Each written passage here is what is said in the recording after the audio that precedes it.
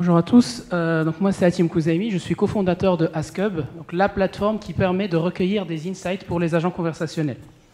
Donc les agents conversationnels, ces robots qui sont capables de simuler une conversation avec les humains, je crois que ça n'a échappé à personne, sont en plein boom en ce moment. Donc on a beaucoup entendu parler de chatbots, 300 000 déployés depuis 2016 sur la plateforme Messenger. Aujourd'hui on parle de VoiceBot grâce à Amazon Echo ou la Google Home, ou aussi du français Jingo d'Orange. On les voit aussi proliférer sur d'autres canaux, comme des services clients, comme des objets connectés ou encore des sites marchands. Mais le problème aujourd'hui, c'est qu'ils sont extrêmement coûteux, très très longs à développer, et le fait d'en avoir testé 2 ou 3 généralement nous montre que leurs capacités de compréhension du langage sont très limitées. Donc les entreprises et les développeurs ont besoin aujourd'hui de solutions pour leur remonter de l'insight afin qu'ils puissent comprendre précisément comment interagissent leurs utilisateurs avec leurs bots. Ils ont besoin de pouvoir améliorer de manière efficace leur design conversationnel et de mesurer, de monitorer et d'améliorer des KPI comme le retour sur investissement, les retours du X, la rétention ou encore de baisser leur churn. C'est pour cela que nous avons créé AskHub, la première plateforme qui permet de comprendre ce que le bot ne comprend pas. Donc on intervient sur deux axes.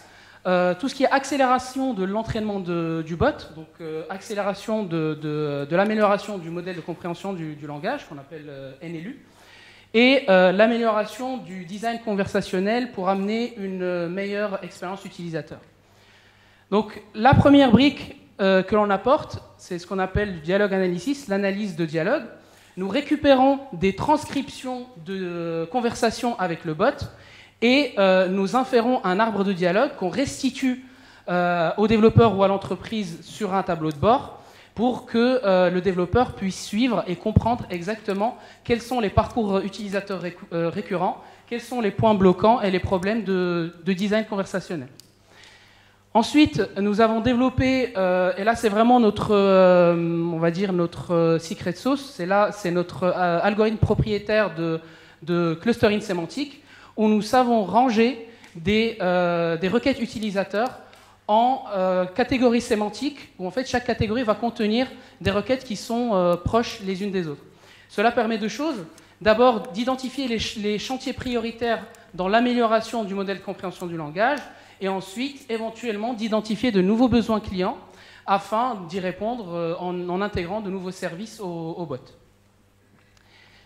Donc afin d'accélérer l'entraînement du modèle de NLU, nous permettons de télécharger les clusters, donc les catégories sémantiques, et les envoyer directement sur des standards de marché de NLU comme Google Dialogflow. Nous complétons aussi cela par un outil d'A/B testing. Donc à chaque fois qu'on a détecté une incohérence dans l'arbre de dialogue, le développeur peut émettre 2, 3, 4, 5 hypothèses et directement sur la plateforme pouvoir tester ces hypothèses et nous on s'occupe de lui indiquer laquelle a marché le mieux. Alors aujourd'hui on travaille avec un certain nombre de partenaires, certains sont déjà clients, d'autres en passe de l'être, nous espérons assez rapidement. Et je pense que je vais vous montrer du coup une petite démo. Donc là c'est une démo en fait avec le chatbot qui est branché sur la plateforme, c'est le chatbot de 20 minutes du quotidien. Hop.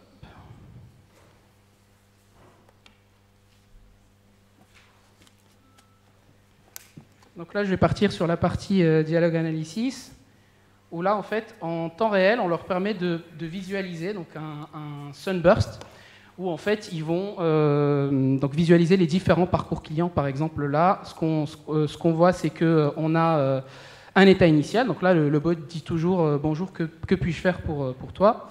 Directement, là, ils se rendent compte qu'il y a 16% de taux de rebond, ce qui est intéressant à savoir. Et ensuite, les différentes thématiques, enfin les principales thématiques traitées juste après l'état initial. Ensuite, on peut aller un peu plus loin dans l'arbre de dialogue. Donc là, par exemple, je prends l'exemple discuté. Hop, et là, je me rends compte que là, j'ai encore un bon quart de rebond. J'ai un quart qui traite de foot, là, donc on le voit plus à gauche.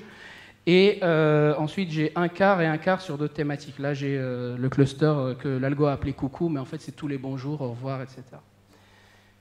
Nous avons ensuite, là, nous développons avec nos partenaires un outil d'analyse sur différents axes. Donc là, je vais prendre par exemple le sentiment analysis et je vais tracer l'histogramme. Donc tout ça est en temps réel.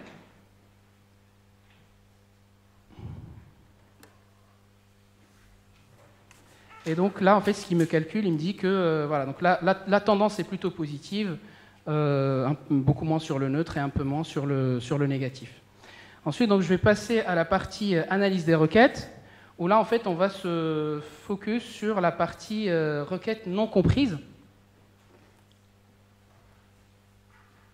Donc là, en fait, on va effectuer un clustering, comme je disais, donc vraiment une catégorisation sémantique. Donc là, c'est les différents clusters qu'on a réussi à identifier sur le flux temps réel. Donc en fait, on va... Alors, comme c'est du clustering automatique, par exemple, ici, on sait qu'il y a beaucoup d'horoscopes chez 20 minutes. Là, avec la Coupe du Monde, il y a pas mal de foot aussi. Et ce qui est intéressant, c'est qu'automatiquement, notre modèle, en fait, il sait dire que saison, Barcelone, sport, FC Barcelone, ben, c'est du foot. Alors bien entendu, comme c'est du complètement automatique, ça n'est pas parfait. Si je prends par exemple, là je parlais de coucou, on voit qu'il récupère, voilà, en fait, tout ça c'est des requêtes utilisateurs, mais par contre on ne comprend pas par exemple pourquoi maman et dimanche sont là, et donc on permet vraiment de télécharger les clusters après une manipulation. Donc là on va pouvoir par exemple éliminer maman, éliminer dimanche et garder que les bons jours. Et donc l'idée en fait c'est que maintenant le bot n'est pas capable de comprendre toutes ces requêtes-là et qu'en un clic on puisse l'enrichir et qu'il puisse comprendre un maximum de choses. Voilà, donc voilà pour la démo. Aujourd'hui on est 8, donc on est une équipe fondatrice constituée de 2 personnes. Donc mon associé qui lui est un ancien investisseur en capital, moi-même qui suis un ancien de l'école et un docteur en IA appliqué au conversationnel. Et notre plus gros besoin aujourd'hui, bah, c'est le recrutement. Donc on cherche un développeur et des stagiaires. Voilà, merci.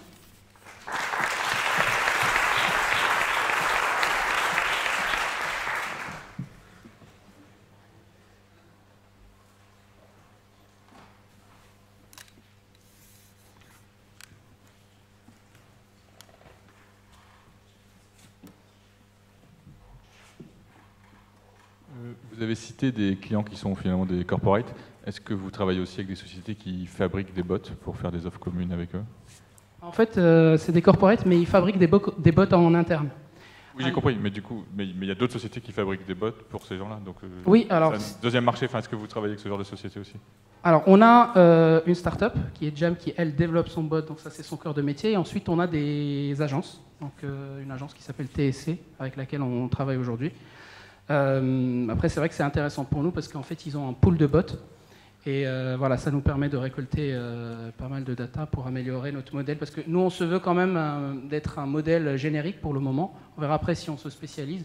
Mais sur cette phase générique, on arrive déjà en fait à remonter des insights intéressants. Notre clustering n'est pas parfait, mais ça permet au moins de prioriser certaines requêtes que les bots ne comprennent pas aujourd'hui. Donc le pricing, c'est comment? Vous vendez quoi par quelle unité? Alors, en fait, nous, on se compare à un content square du conversationnel. Donc, c'est vraiment un content square avec une couche conversationnelle. C'est des contrats SaaS. Donc, ça peut aller jusqu'à plusieurs dizaines de milliers d'euros par an, par société. Donc, c'est un abonnement SaaS.